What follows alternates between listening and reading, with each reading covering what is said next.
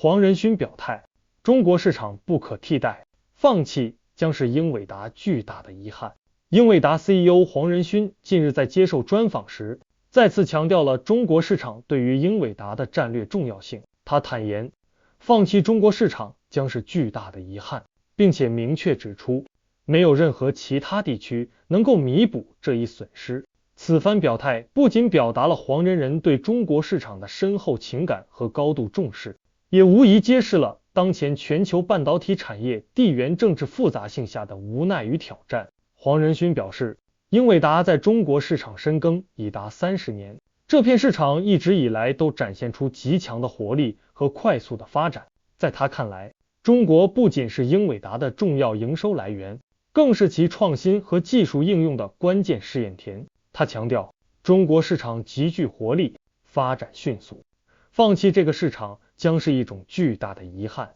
这种深耕细作的历史，也让英伟达与中国市场的合作伙伴之间建立了深厚的信任与依赖关系。黄仁勋认为，能够持续服务中国市场，是英伟达的荣幸与责任。在我看来，黄仁勋的这番话并非仅仅停留在商业层面，更折射出他对全球化合作和技术普惠的期望。在全球半导体产业日益去全球化的趋势下，英伟达作为行业巨头，面临着如何在遵守各国政策的同时，最大限度地维护自身全球利益的难题。他明确指出，中国市场是独一无二的，在全球范围内没有任何其他市场可以取代它。试图依靠其他地区的增长来弥补中国市场的份额，在逻辑上是站不住脚的。这不仅是基于市场规模和增长潜力的判断，更是对中国市场在产业链完整性、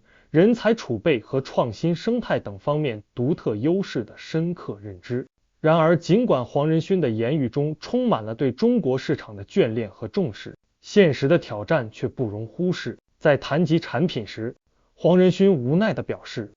H20 是英伟达在现行政策下所能提供的最后一代解决方案，这无疑是对当前技术出口限制政策的委婉回应，也预示着英伟达未来在中国市场的产品策略将面临更大的不确定性。他坦言，接下来我们可能必须回到起点，重新思考新的策略。目前还没有特别明确的新方向，但我们会继续探索。这番表态让我看到了黄仁勋在困境中的韧性与远见。面对外部环境的压力，英伟达并未选择放弃，而是积极寻求新的解决方案。这可能意味着，在合规的前提下，英伟达将投入更多资源进行本土化研发，或者探索与中国本土企业更深层次的合作模式，以适应新的市场格局。总而言之，黄仁勋的表态清晰地传递了一个信息：中国市场对于英伟达而言，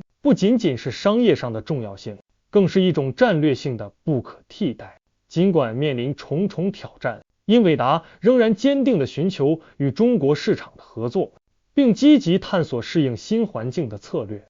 这不仅关乎英伟达自身的未来发展，也为我们观察全球半导体产业在地缘政治博弈下的演变提供了一个重要的窗口。今天这个话题我就暂时说这么多，如果您有不同的看法或者建议，记得留言告诉我。欢迎订阅我的频道，我是胖僧，谢谢大家。